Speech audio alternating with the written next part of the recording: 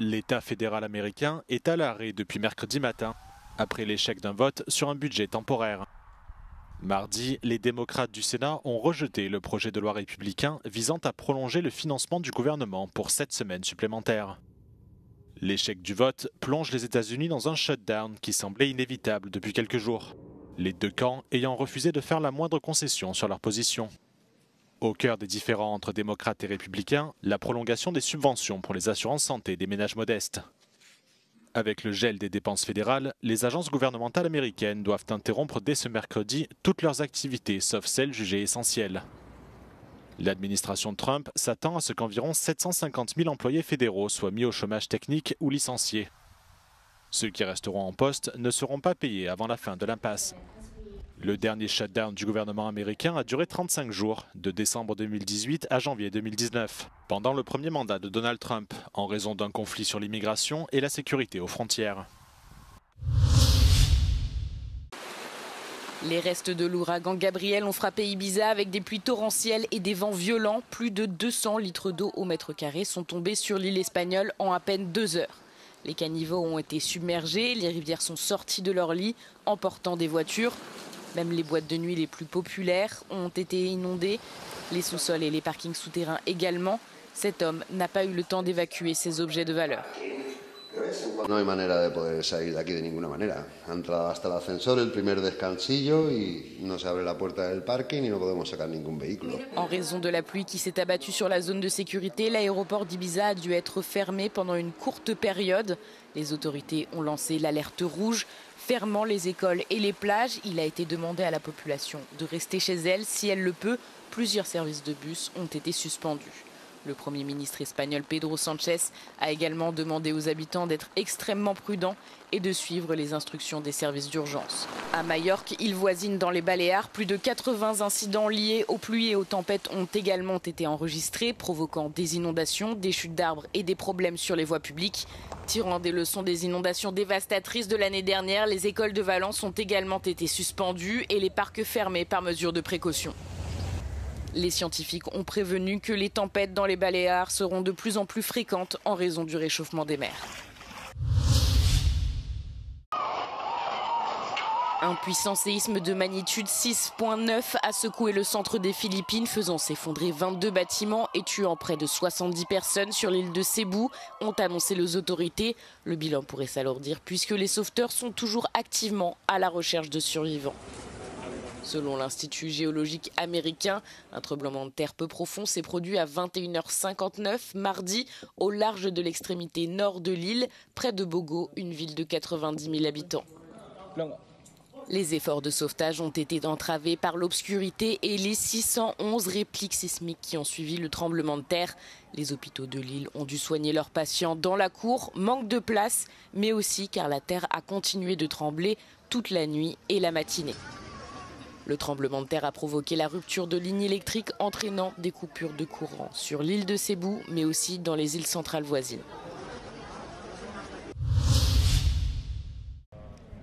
Dans une interview exclusive accordée à Euronews, le président roumain Nico Șurdan a exprimé la nécessité d'accélérer les négociations d'adhésion de la Moldavie à l'Union européenne et d'essayer de résoudre les obstacles qui subsistent avec l'Ukraine.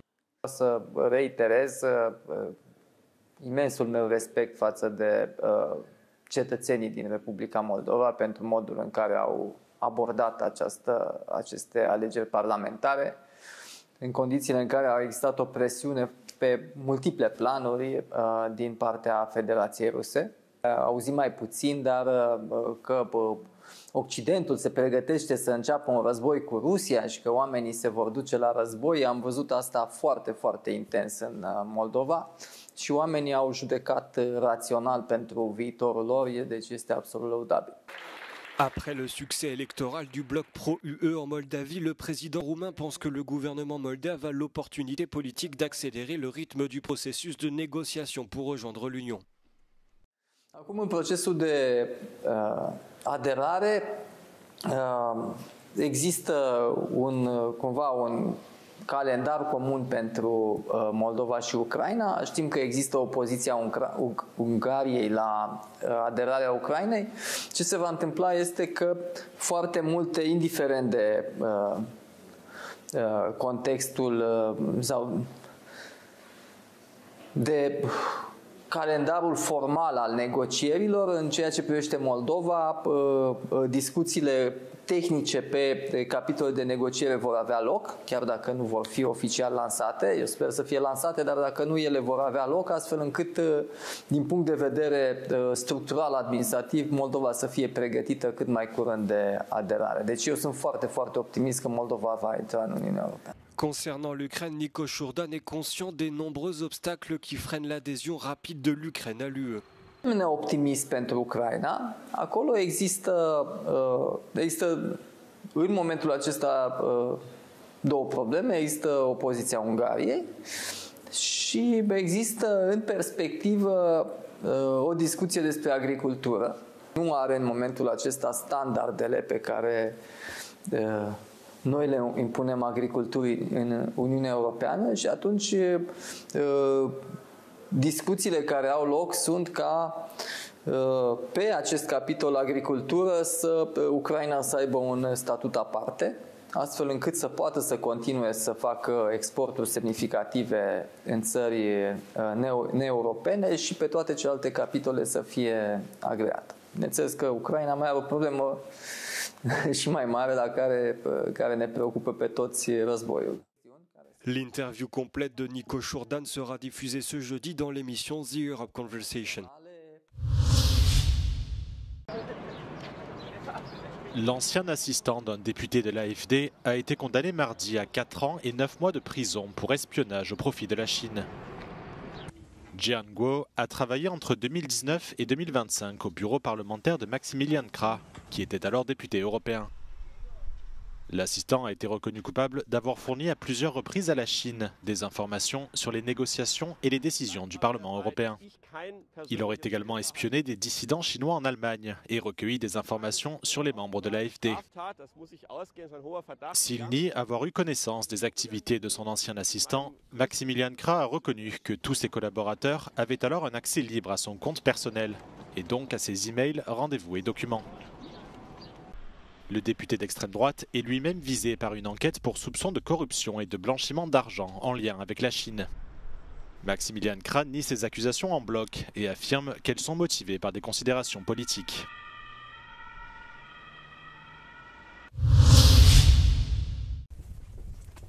Le ministre allemand de la Défense, Boris Pistorius, a qualifié la Russie de menace la plus importante et la plus immédiate pour l'OTAN lors de son intervention au Forum sur la sécurité de Varsovie. Boris Pistorius a critiqué Moscou pour ses violations répétées de l'espace aérien des pays européens, qu'il a qualifiées d'imprudentes et dangereuses. Le chef de la défense allemande a confirmé que des drones russes avaient survolé une frégate allemande en mer Baltique avant de violer l'espace aérien de la Pologne et de l'Estonie. Il a ensuite réaffirmé l'engagement de Berlin à renforcer les défenses contre de telles menaces. It's about improving the capacities passively and actively in terms of air defense, and therefore, of course, we will see whatever is possible in the weeks and months to come. Le ministre allemand a indiqué que son pays contribuerait aux projets et initiatives visant à renforcer le flanc oriental de l'Alliance, mais a refusé de donner plus de détails, déclarant qu'il était trop tôt pour annoncer des plans spécifiques. Il a également réaffirmé l'engagement indéfectible de Berlin envers l'Ukraine, révélant que son pays enverrait 2 systèmes de défense antimissiles patriotes supplémentaires à Kiev d'ici 2026. L'Union européenne a salué le plan en 20 points présenté par le président américain Donald Trump pour mettre fin à la guerre menée par Israël contre la Palestine et a exhorté le Hamas à l'accepter sans délai. Les dirigeants de l'UE, dont Kaja Kallas, chef de la diplomatie, Ursula von der Leyen, présidente de la Commission, et Antonio Costa, président du Conseil, se sont engagés à ce que le plan soit mis en œuvre avec succès. Le chancelier allemand Friedrich Merz a déclaré qu'il s'agissait de la meilleure chance de mettre fin à la guerre. Gelingt eine Einigung, dann steht Deutschland bereit, sich bei der Umsetzung des Planes einzubringen.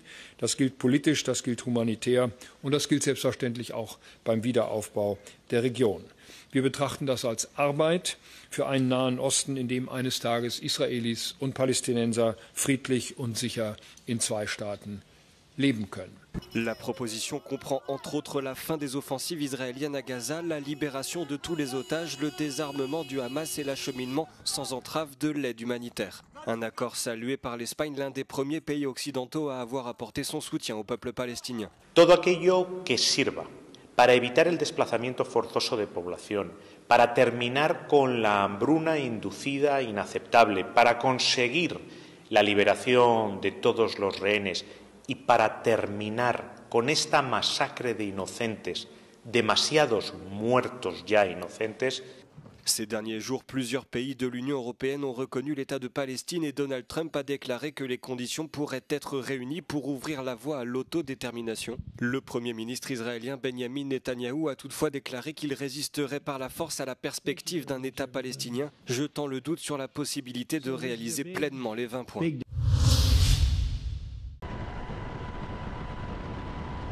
Opération de sauvetage réussie dans le golfe d'Aden au large du Yémen, où un cargo battant pavillon néerlandais a été visé lundi par des engins explosifs non identifiés. L'attaque a provoqué un incendie majeur et d'importants dégâts selon son armateur. 2 membres d'équipage ont été blessés, dont l'un grièvement. Alertés par un appel de détresse du capitaine, les forces européennes de l'opération Aspides, déployées en réponse aux attaques de rebelles houthis contre des navires marchands en mer Rouge, ont mené le sauvetage. Les 19 marins de nationalité russe, ukrainienne, philippine et sri-lankaise ont tous pu être évacués. 10 d'entre eux ont embarqué sur une frégate grecque, 8 sur une frégate française et le membre d'équipage grièvement blessé a été transporté par un hélicoptère français directement à Djibouti. Si l'attaque n'a pas été revendiquée, elle survient dans un contexte d'intensification des assauts attribués aux Houthis contre la navigation commerciale dans la région. Dans un communiqué, l'opération Aspides a appelé tous les navires transitant dans la zone à faire preuve de la plus grande prudence.